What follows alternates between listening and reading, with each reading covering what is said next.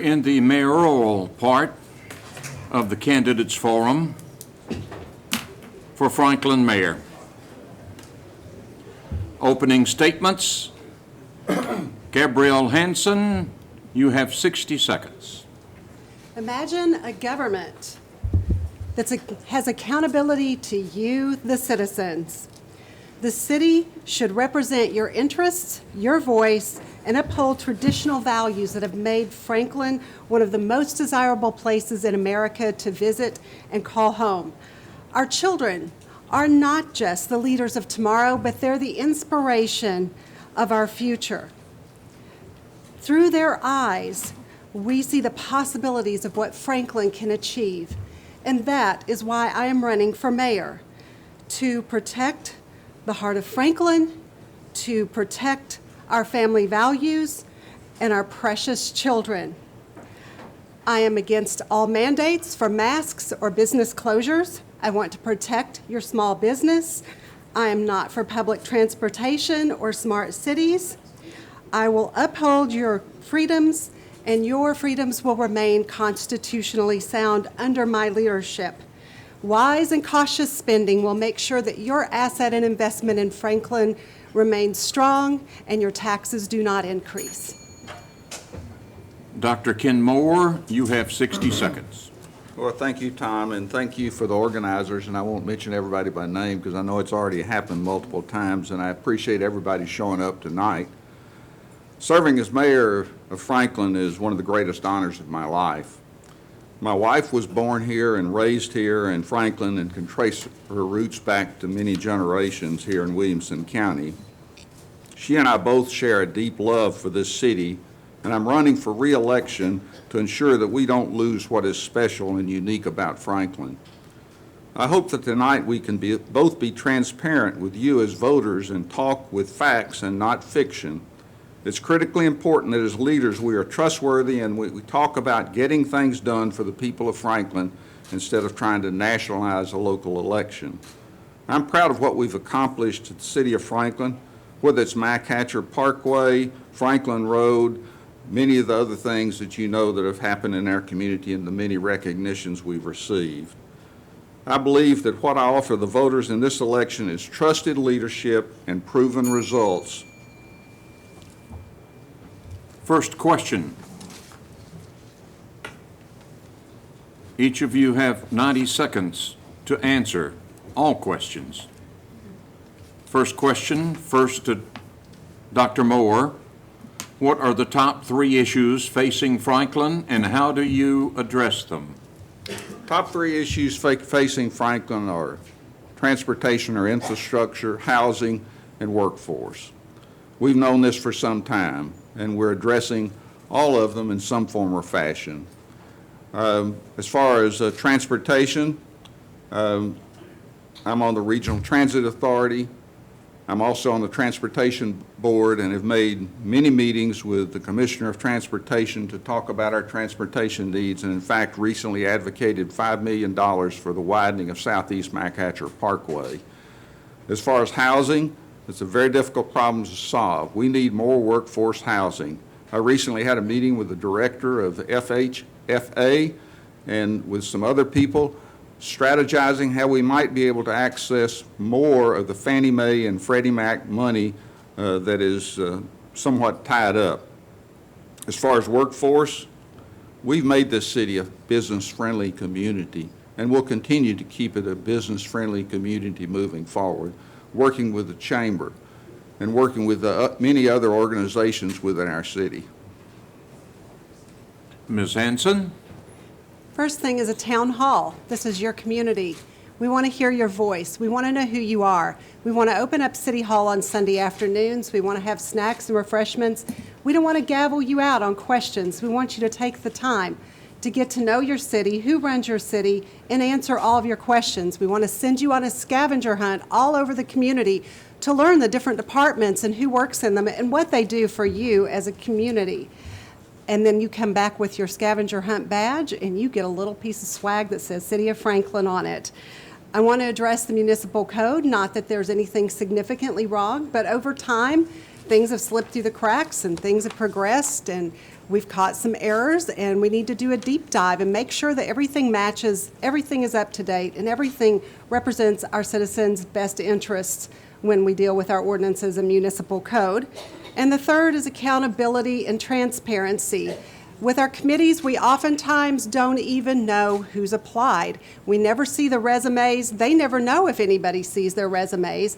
And we mysteriously see a name on our agenda to vote for. Many times they're awesome and we go ahead and vote them in, but it's not till after we take the time to Google who it is. We don't get a lot of information. And I want the city to know that we do want you on our committees. We do want you to apply, and we want you to come into City Hall. We want to meet you, we want to interview, and we want the public to see who's applying and everybody get involved.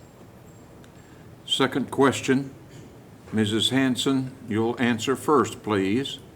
The mayor votes only in the event of a tie among the aldermen.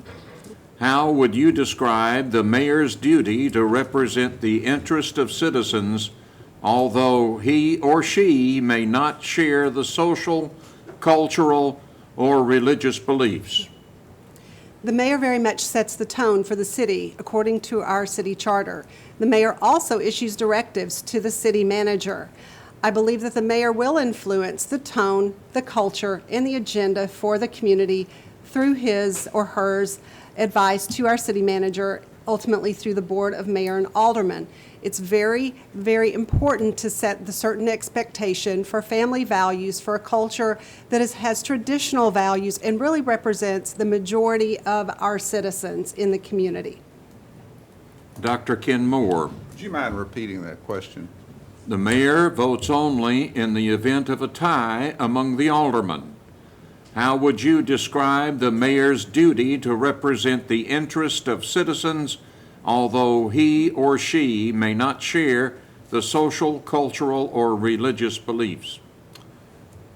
Well, I've been setting the tone now for 12 years.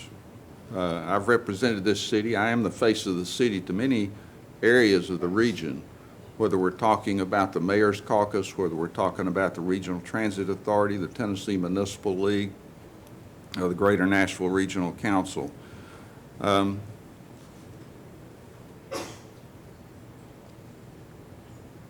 My job, as you know, I rarely vote, but the job of mayor is much more complex than running the meetings. It's necessary for me to be out in the community, interacting with all the organizations in our community, the nonprofits, which much of my time is spent going to those events. It's supporting the nonprofits that are helping us as a city in a partnership, such as Franklin Tomorrow, such as Friends of Franklin Parks, and many others that we have here, Heritage Foundation.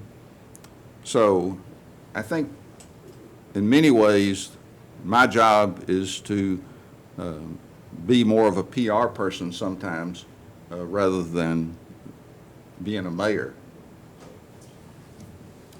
Question number 3. Dr. Moore, you will answer first, please. What is your vision of a successful Franklin? And how do your principles and track record indicate that you'll go about pursuing that vision? A successful Franklin is a town where people want to live, work, and raise their family. That's what we have. That's why we're growing at 2,000 people a year for the past 20 years, is because we've created an environment for businesses to come, for families to come, for retirees to come. We'll continue that effort when I'm reelected. Gabrielle Hanson. A successful Franklin incorporates the citizens' ideas and wishes on a majority basis. It is not representation without, or taxation without representation, as we've seen. As I've seen hundreds and hundreds of people pack an audience, but yet their voices and their wishes and desires as constituents go unheard. I believe that by honoring the voices in our community, we become a more cohesive community, and more gets done, and more people are more willing to work together when the majority know that their voices are heard. Fourth question. What will you do to unite the people in the city of Franklin, Gabrielle Hanson. It's actually about engaging them and letting them know that for the first time ever, they have a chance for their voice to count. We really care about you, regardless of the color of your skin, how much money you have in the bank, how much education you have. You really matter. Your thoughts, your feelings, your dreams, they matter to us. We want you to be a part of City Hall. We want you to come up here for the town halls. We want you to apply for committees and participate. That is how you unite people, by letting them know that they really genuinely matter to you. Dr. Ken Moore. I have been uniting the community. You can look back to about 6 years ago whenever we started Unite Williamson, and that initiative was to help people understand who their neighbors were. We have a very diverse community. We have people that don't dress like other people. We have people that have different skin color and have different accents. And the goal of Unite Williamson was to help people understand who their neighbors are. And we've been very successful. The events that we've had over those years, many of us have made friendships with people that we never interacted with. I remember one year whenever we were having our event, one of the speakers said, "Everybody take out their cell phone." And I just froze. I said, "What are you doing?" And he said, "Find somebody you don't know and exchange information." I got to exchange my information with a Pakistani American, third generation. Got to have lunch with him. Got invited to his son's wedding. And so we are working to make sure that everybody knows who their neighbor is. My door is always open. I meet with people on a regular basis from all different walks of life, all different kinds of interests in the community, and hopefully place them. As far as committee appointments, we get lots of applications for committee appointments, and I vet those committee applications along with, and I'll go to that later. Fifth question. Dr. Moore, you'll answer first, please. What is your philosophy of healthy growth for Franklin in terms of land use, density, and population? Well, I think a good example is what's been happening for the past 20 years. We've been growing at 2,000 people a year. And we have a land use plan that we're currently revising that is created by input from our citizens. We also have a transportation plan that is linked to land use, and we have a zoning ordinance that codifies the land use and how we move forward. In addition,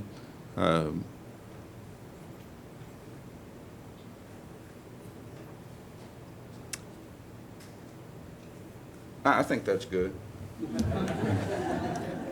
Alderman I'm Hanson? still a little anxious. I don't know about y'all. Healthy. It is warm in here. It's about 10 degrees cooler in the back. Healthy growth. That means that we can provide housing to some level for everybody in our community. We can't provide the right kind of housing for everybody. We don't overbuild. We shouldn't put density all over our community just to pack in more people to grow our population. But we should think about the people who need housing in our community, who are doing everything right but just can't get a break because our housing prices are going so high. The other thing we need to do is watch our land use so we do preserve our rural open spaces, our view sheds, our hills, the beautiful scenic roads that we can drive down that really brought many of us to this area because it is so beautiful, even though we go to our wonderful neighborhoods that have our neighbors just a few feet away. But if we build it, they will come, so we have to think about what it is we're building. So less is more. Question 6. Gabrielle Hanson answers first. What is Franklin's role in the regional transportation discussion, and how can you move the discussions into a level of real action and solutions rather than simply more conversation? I know most people from a more metro perspective would say, let's add light rail, let's add buses, let's do lots of public transportation. And we're looking at transportation hubs in all of our new mixed use and density. Just so you know, it's on the table for discussion. I am against public transportation. Our trolleys that we use now cost $40 a head. I don't want the public to hemorrhage financially because of transportation. Do we get gridlock in the mornings? Yes, and it gets earlier and earlier all the time. We do have a responsibility to increase roads within our community, to make the flow go better within our community, but I don't believe that we need to burden the taxpayers with public transportation. Dr. Moore? Well, I guess you're going to stop the people that are going to medical appointments from having a ride. You're going to stop the people with disabilities from being able to get to work. You're going to stop the people that are going from drug court, that are going to jobs that they need to continue to recover. So I am for public transportation.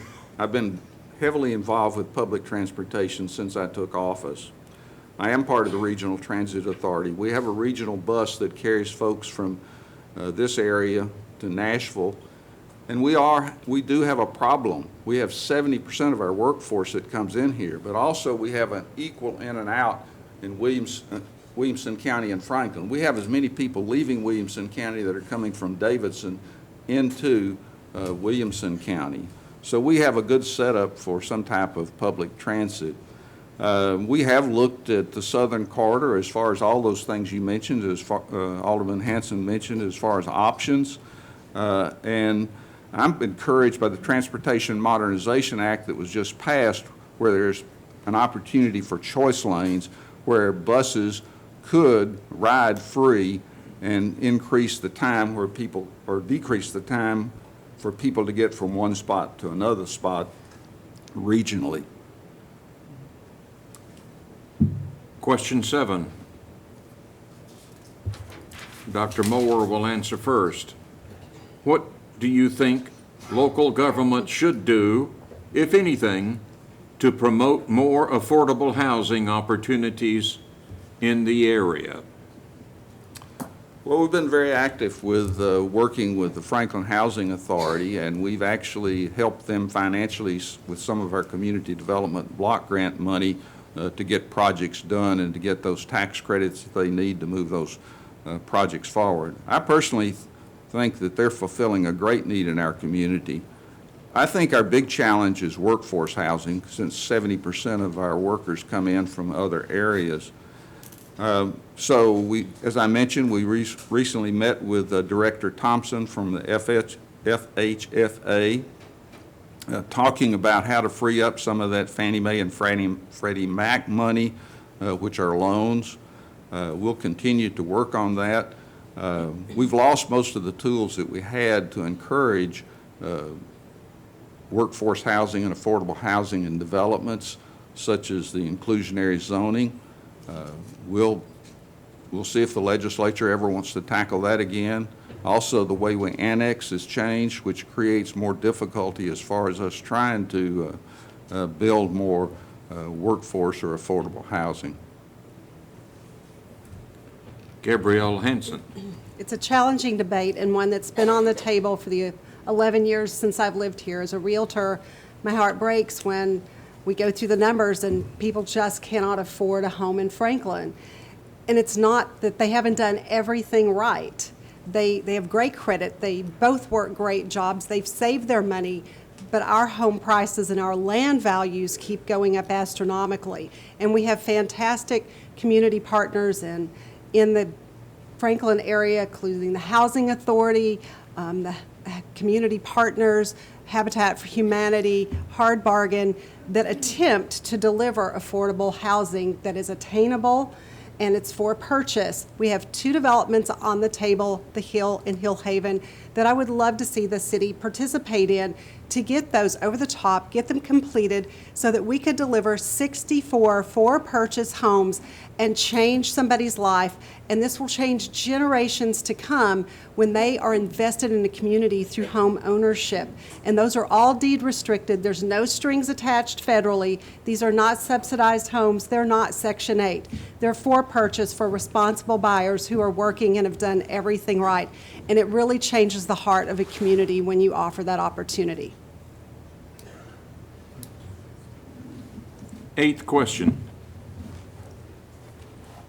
Gabrielle Hanson, do you support a connected network of paved trails and greenways throughout the city, possibly a river walk? I do support it, and I do think the city has done a wonderful job with connectivity, multimodal pathways throughout town. 96 was a fantastic addition. They've expanded some trails, and the latest preservation opportunity could expand another trailway. Not sure about the discussion on the Riverwalk. It would be nice as long as it was not invasive to neighboring buildings or homes. It's an expensive endeavor. Our developers do participate somewhat in that opportunity, and it adds so much to a community to be able to get out, enjoy the walkways, the trails, nature. We've done an excellent job through our Parks Department. I think Franklin is really a leader when it comes to that, and I'm very supportive of it. Dr. Moore. Well, one of the surveys that our community did said that trails, greenways were one of the most important things to our community.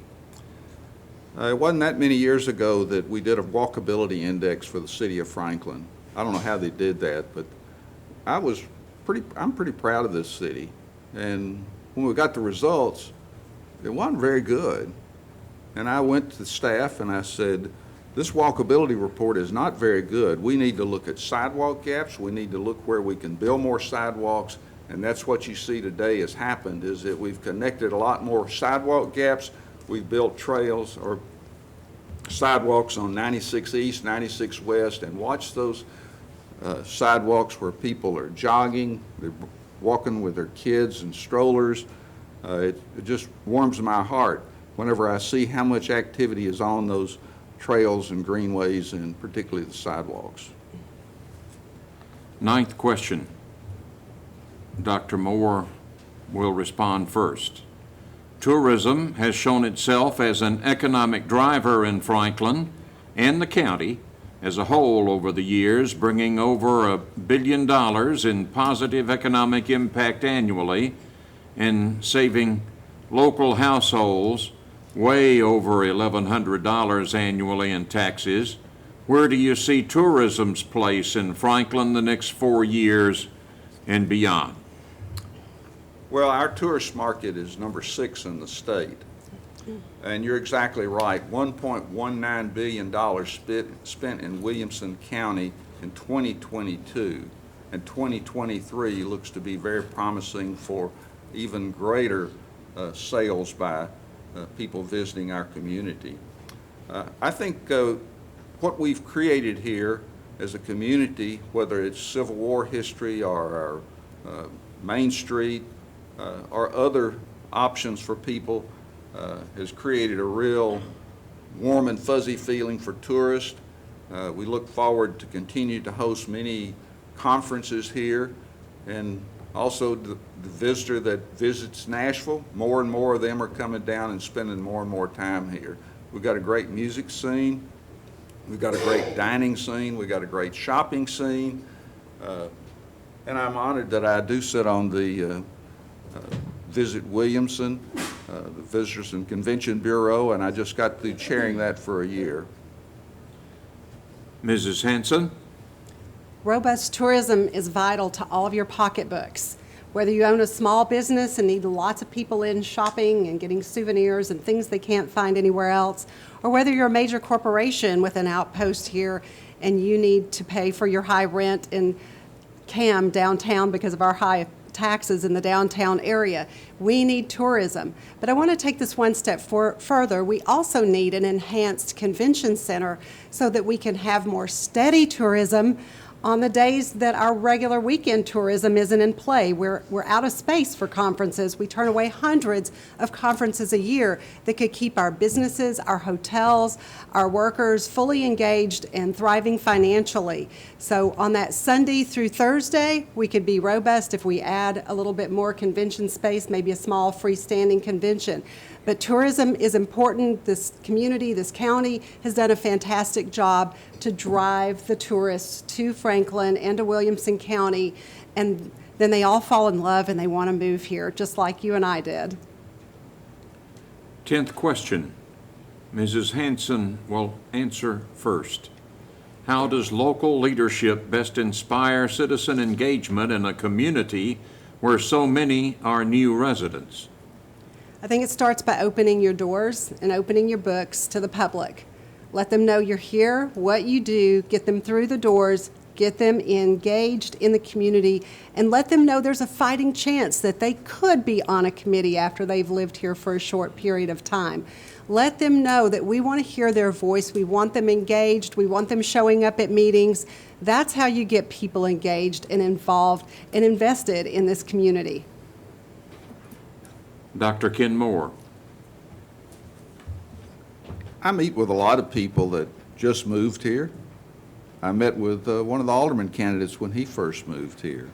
So I think being accessible as the mayor is a very important thing to do. I'm easy to find. My cell phone number is readily available. My assistant really enjoys putting those appointments on my calendar and filling it up. So, you know, whenever we look at citizen surveys and other options where citizens can have input, we find that our community shows up much greater than what other communities do across the country.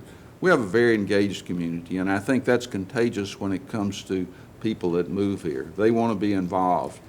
I keep hearing about committee appointments.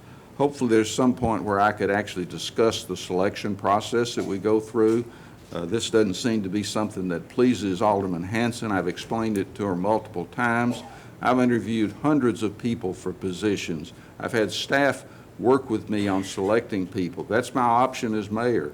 If the board wants to change how those are selected, fine. But there are days that I spend the entire day interviewing people for some of those committee assignments. I take it very, very seriously, and we have a talent pool of people in this community that is unbelievable. You know, I look at some of these. I'm not done. Thank you.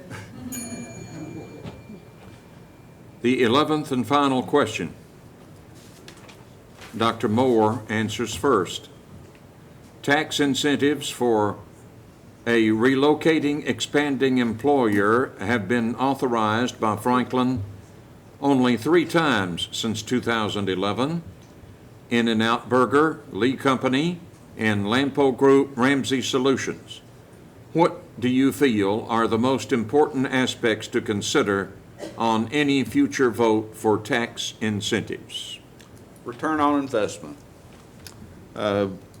In-N-Out Burger is fresh in my mind in that I think the pilot, which we gave them, payment in lieu of taxes, was somewhere a little over $250,000. I don't remember the exact amount. But for that, we get a $100,000 investment in our community and 300 high-paying jobs. To me, that's a good return on your investment.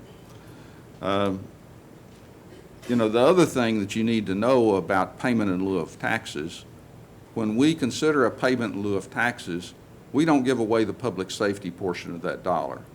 And similarly, the county, when they do a pilot, they don't give away the school tax dollar. So we don't do many pilots because 40% of 32 cents is nothing. I mean, so we look for other ways that we may be able to encourage them. And of course, the state is putting significant money in certain projects to make sure that they do move forward, particularly when they have a return on investment.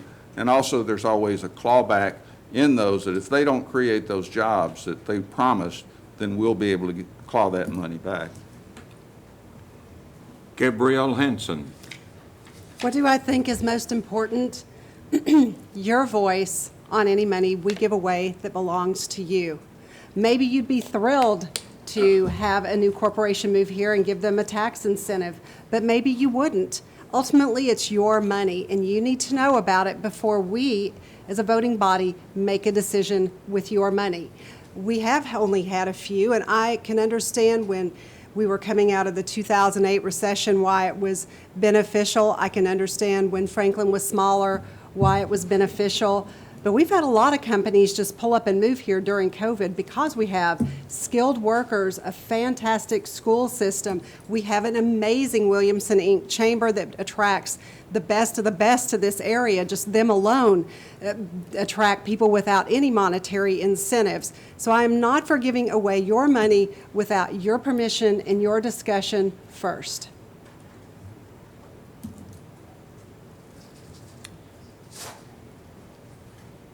Cat's got your tongue?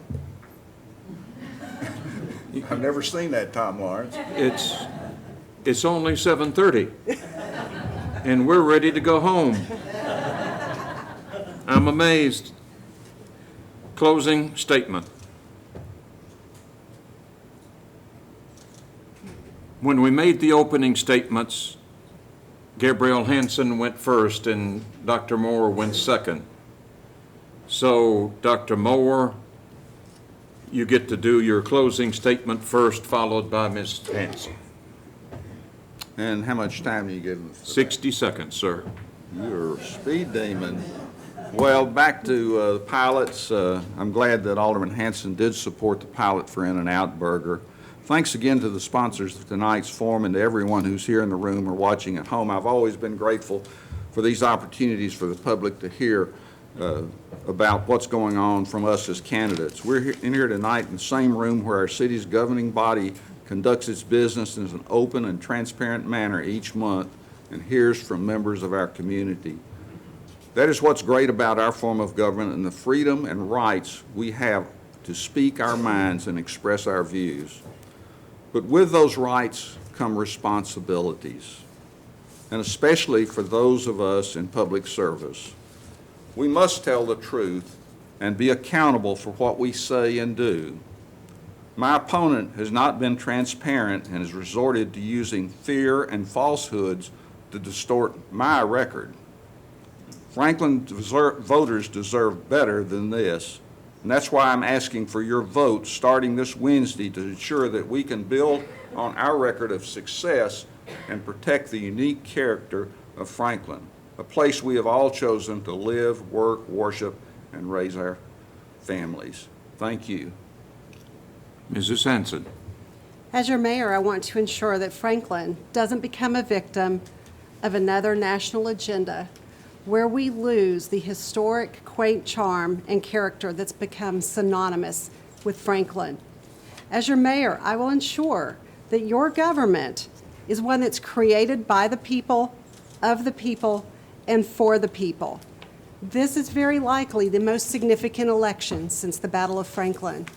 This is a battle for the heart and soul of this community, for our culture, for our identity, and for our future, and for our children. We can't afford another 4 years on the trajectory that we're currently on. I will make sure that this place remains the place that you want to call home, where you want to raise your children, where you want your grandchildren to come and visit, and where you have your happily ever after. Franklin, the matter is up to you. Now go vote. Good night.